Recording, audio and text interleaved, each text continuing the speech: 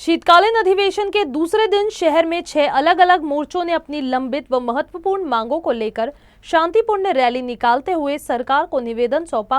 विभिन्न संगठनों द्वारा निकाले गए इन मोर्चों ने सरकार पर हमला बोलते हुए अपनी आवाज बुलंद की। इस दौरान पुलिस का भी भारी बंदोबस्त रहा। सबसे पहले मुख्यमंत्री युवा कार्य परीक्षणार्थी सहायता संगठन के नेतृत्व में बेरोजगार युवाओं ने विराट चॉकलेट मोर्चा निकालकर सरकार के खिलाफ नाराजगी जताई।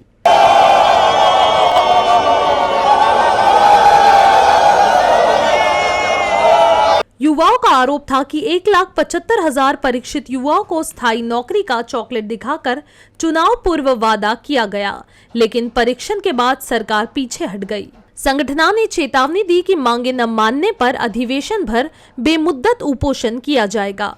राज्य सरकारने आम्हाला प्रत्येक शासकीय विभागामध्ये रोजगार दिला होता। आता आमचा रोजगार हितकून घेतलेला आहे, तर आम्ही त्यांनाच राज्य सरकारने आम्हाला चॉकलेट दिलेला आहे। आमच्या हक्काचा रोजगार मिळवून देण्यासाठी आम्ही नागपूर या ठिकाणी मोर्चात आलेलो। आम्ही आमच्या जेव्हा हक्क मिळणार नाही तिथपर्यंत आम्ही इथंच बसणार आहे।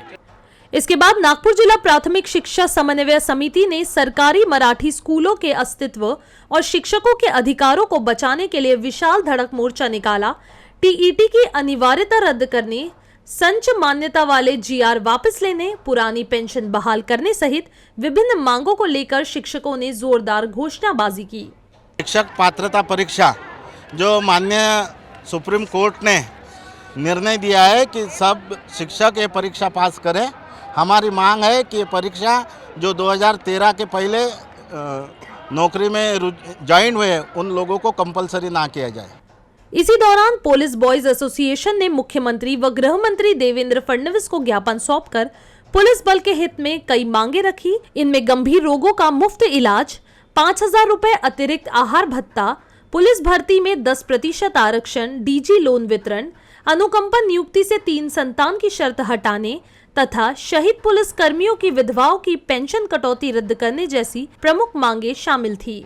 महाराष्ट्रातून वेगवेगळ्या जिल्ह्यातून सेवानिवृत्त अधिकारी कर्मचारी, त्याचप्रमाणे पोलीस बॉयज असोसिएशन, होमगार्ड जवान यांचा परिवार, SRPF यांचा परिवार, महाराष्ट्र पोलिसांचा परिवार, गडचिरोली, चंद्रपूर, अकोला, अमरावती, धुळे, नंदुरबार, जळगाव, धाराशिव, कोल्हापूर, सोलापूर ऑल महाराष्ट्रातून या ठिकाणी सहभागी झालेले आहेत। त्या वतीने आम्ही आज गृहमंत्र्यांची भेट घेऊन त्यांना हे निवेदन देणार आहोत। जर गृहमंत्र्यांनी आमच्या मागण्या जर मान्य नाहीत केल्या तर आम्ही पुढील दिशा ठरवून लवकर मंत्रालयावरती संपूर्ण महाराष्ट्र पोलीस बॉयज असोसिएशनच्या वतीने प्रचंड असा मोर्चा आम्ही काढणार आहोत।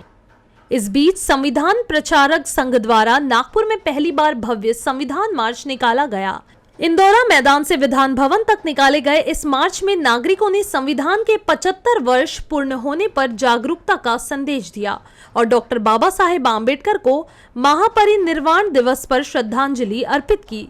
राज्य में ही नहीं तो सारे राज्यों में, भारत भरे में और स्कूल कॉलेज सभी जगह पर, ताकि वो इस 14 अप्रैल के दिन अपने इस संविधान शिल्पकार को अलग अलग ढंग से अभिवादन कर सके। क्या कुछ और मांगे?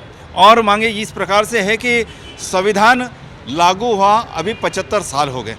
75 साल में जो संविधान की कसम लेकर के आमदार खासदार बनते हैं उनको भी संविधान पढ़ा हुआ नहीं रहता है। वो संविधान की शपथ लेकर के बोलते हैं कि मैं संविधान की शपथ लेकर के ऐसा ऐसा करूँगा, लेकिन वो निर्वहन करने वाले को बहुत कम लोग हैं जिनको संविधान मालूम है। बहुत सारे आमदार खासदार और मंत्री है, मिनिस्टर है, तो उनको ये संविधान मालूम नहीं है।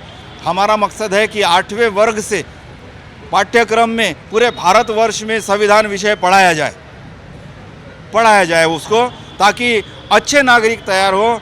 गुंडे बदमाश या फिर संसद में भी जाते तो बहुत सारे गुंडे बदमाश वहाँ पे भरे हैं, गुंडे बदमाश नहीं जाएंगे वहाँ पर यदि पढ़े लिखे रहेंगे।